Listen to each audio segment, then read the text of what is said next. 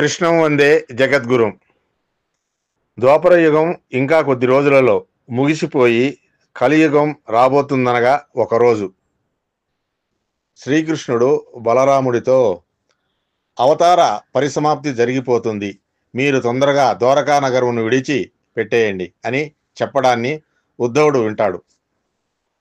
ఇతడు శ్రీకృష్ణ భగవానుడికి అత్యంత ముఖ్య సఖుడు మరియు పరమ ఆంతరంగిక విశేష భక్తుడు. ఎవరు? ఈ ఉద్ధవుడు. ఆయన కృష్ణుడి దగ్గరకు వెళ్ళి, కృష్ణ, మేము నీతో కలిసి ఆడుకున్నాం, పాడుకున్నాం, అన్నం తిన్నాం, సంతోషంగా గడిపాం. ఇలాంటి కృష్ణావతారం ముగిసిపోతుంది అంటే విని నేను తట్టుకోలేకపోతున్నాను.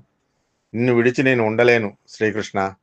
కాబట్టి నా మనసు శాంతించేటట్లు, నిరంతరము నీతో ఉండేటట్లు నాకేదైనా ఉపదేశం చెయ్యి అని బ్రతిమాలాడు శ్రీకృష్ణ పరమాత్మని ఉద్ధవుడు.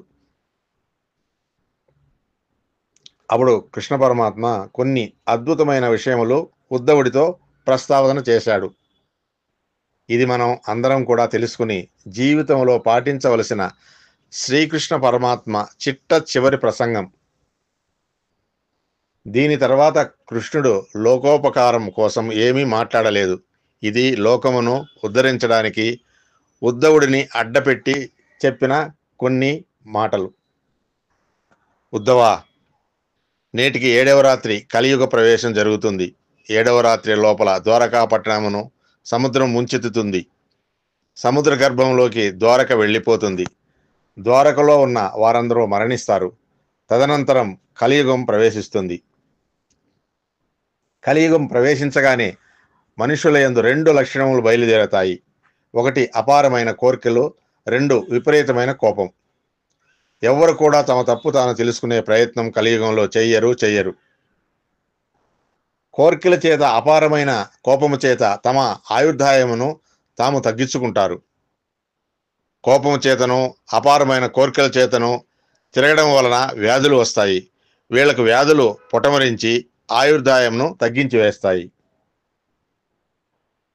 కలియుగంలో ఉండే మనుషులకు రాను రాను వేదము ప్రమాణము కాదు.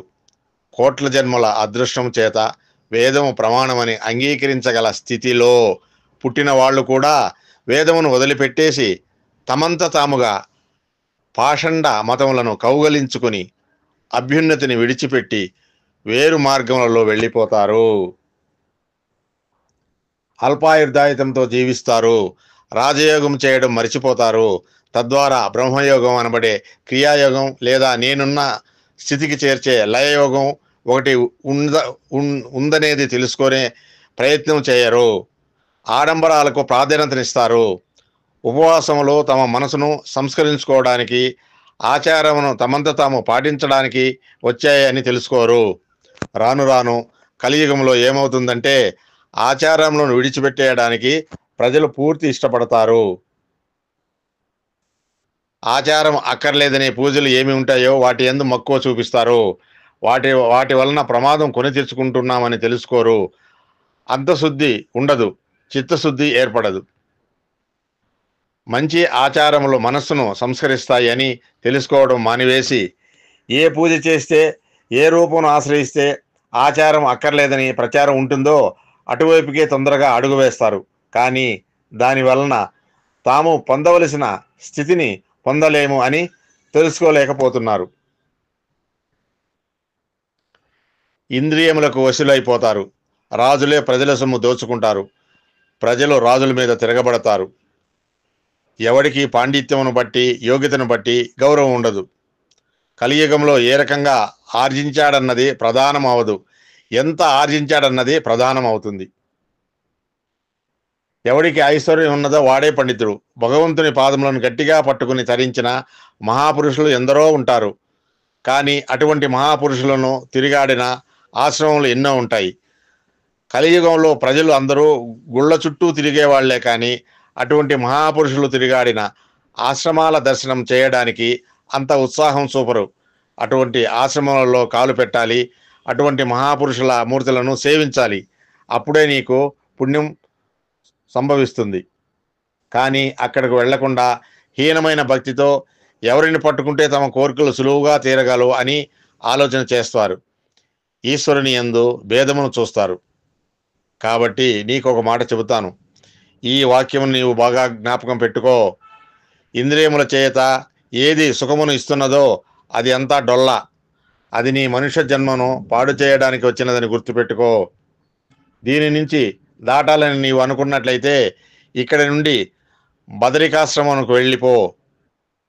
కలియుగంలో కానీ ఏ యుగంలో కానీ నీ శ్వాసను గట్టిగా పట్టుకోవడం నేర్చుకో. ధ్యానం చేయడం విడిచిపెట్టకు. నీ దారి శ్వాస దారి కావాలి. శ్వాస దారియే నా దగ్గరికి నిన్ను చేరుస్తుంది. నువ్వు చేసే ప్రతి శ్వాసక్రియలోనూ నేను ఉన్నాను, నేను ఉంటాను. ఇది విశ్వసించుద్దవా? ప్రయత్నపూర్వకంగా కొంతసేపు మౌనంగా ఉండడానికి ప్రయత్నించు. మౌనం ధ్యానం, ఇంద్రియ నిగ్రహం చేయుట, నోటిలోని మౌనం మనసులోని మౌనంతో ధ్యానంలో కూర్చొనుట, ఈశ్వరుని సేవించుట మొదలగు పనులు ఎవరు పాటించడం మొదలు పెట్టారో వారు మెట్లెక్కడం మొదలు పెడతారు. ఇది శ్రీకృష్ణ పరమాత్మ ఉద్ధవుడికిచ్చిన చివరి సందేశం. ఈ సందేశం ఉద్ధవుడికే అనుకుంటే పొరపాటు. ఇది మనందరి కోసం పరమాత్మ చెప్పిన సత్యం. ఆధ్యాత్మికం బ్రహ్మానందం.